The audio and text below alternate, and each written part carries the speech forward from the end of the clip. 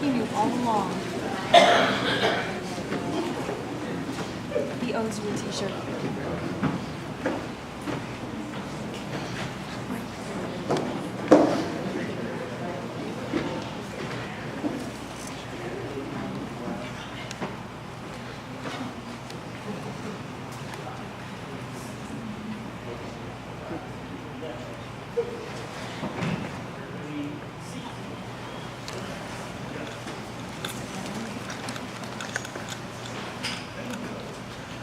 For each one of the classes, we give out several awards throughout the class. And who's going to preface the award that we're going to witness tonight is the actual award that they're going to have to be able to display at their house.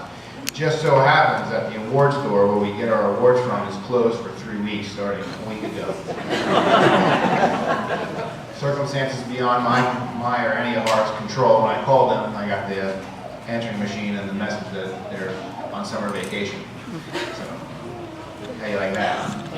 So anyway, as we go through class, the students, they take many tests, as most of you are probably very well aware of. Some of them didn't have good experiences, some of them did have very good experiences. Well, like anything in life, especially in an emergency services profession, this is usually enveloped by Class A personalities, which equals competition. So as we go throughout the class, we like to recognize those who strive to be in the higher end of the class. And we give out what's called the top 10%. In other words, you're right there, but you weren't. So for our top 10%, with a 94.4% average, is Cara Palumbo.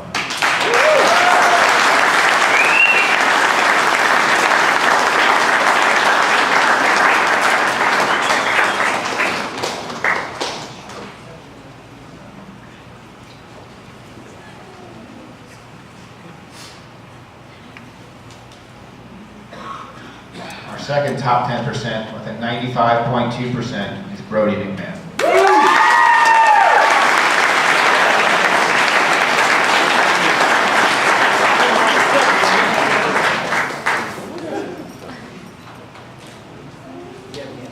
And our final award, which is the brass stethoscope, which we give out for the highest GPA in the class, and with 96.1%, Kyle Harden.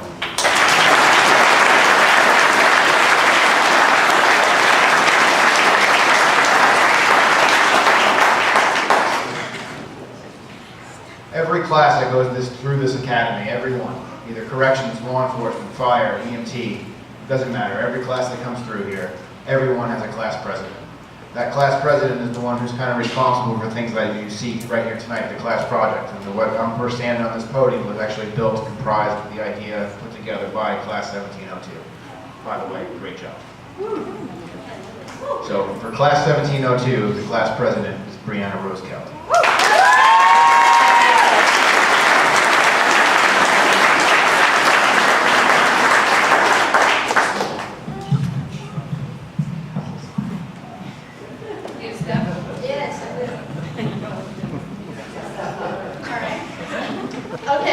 Here we go.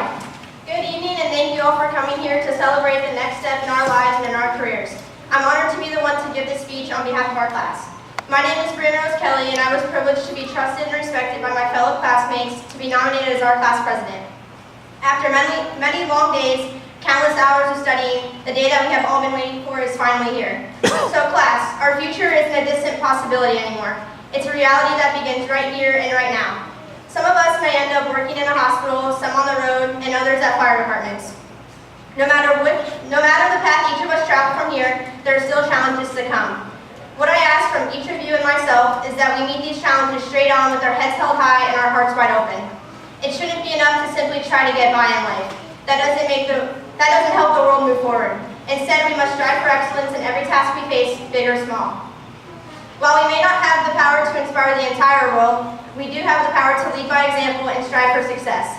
This is why I put forth the challenge for myself in Class 1702 to do all that we can do to use the knowledge we've gained from our class and venture out to reach our fullest potential. Each one of us has worked so hard to get where we are today, and we want to give a huge thanks to our families for supporting us to this point. Also, for our dedicated instructors who went above and beyond time and time again to prepare us for the world of emergency medical services. Not only did they teach us the basic skills, but also skills that no textbook can teach. Real hands-on training to help us become the best that we can be. And in doing so, they taught us perhaps the most important, valuable needed in our lives and careers, teamwork. We were shown how to work effectively and efficiently as a team to accomplish the tasks that lie ahead of us. In this career, nothing can be accomplished unless we all work in unison. So as a class, we would like to thank each of our instructors who have taught us, who have led us, and who have given us their best to shape us and to guide us.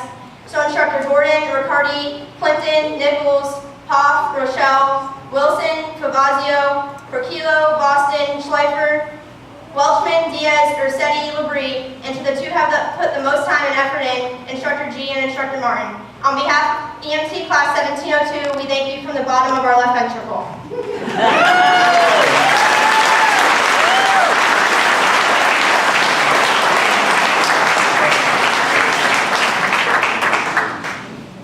Thank you. The staff, the director and assistant director Everly and assistant director Sims would like to thank you for your, and say congratulations. They like to apologize for not being able to be here tonight. So in closing, I always like to add on, I usually touch on what others said to expand on it. And one of the two things I would like to say. One is your knowledge never stops. And what I'm going to say to you is if you stay in the emergency medical service profession, and a lot of these guys in this room have been doing this a long time, they'll tell you, what you learn now, a couple of years from now, someone's going to tell you is wrong. 10 years later, they're going to tell you that someone else is going to invent what you've learned. So what I'm saying is, quite simply, is what's old is new and what's new is old. And it never stops learning, it never stops changing, it never stops evolving. Something's always going to be out there. And the second, and one of the most important pieces of advice that I can give you in life is nobody owes you anything. If you want it, go out and get it, earn it.